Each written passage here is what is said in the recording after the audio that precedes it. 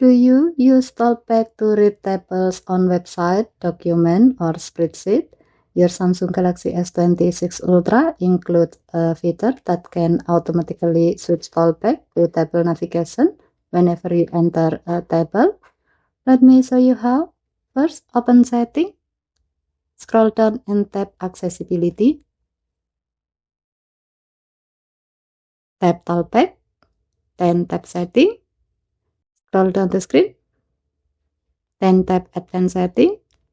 Here, find Automatically Switch to Table Navigation Reading Control when entering a table, then turn it on. When this feature is enabled, TalkBack automatically switches to table navigation whenever it detects a table. This can make it easier to move through rows and columns without changing reading control yourself.